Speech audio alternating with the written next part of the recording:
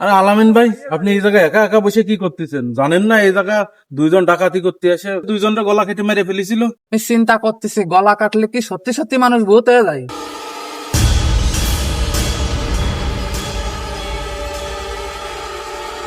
আর সত্যি কি গলা কেটে মেরে ফেললে মানুষ ভূত হয়ে যায়? কি অবস্থা? একা একা তুই দেখে দেখা কি করতেছিস? তো আমি তো আলামিনের সাথে। আলামিন কোনে গেল? আলামিন তুই কোনে পালি? আমি তো তোর কোন সময় তো একা একাই দেখতেছি এই জায়গায় দাঁড়ায় দাঁড়ায়। তাহলে ভূত নাকি? ভাই এনে খাওয়া যাবে না ভাই, চলেন।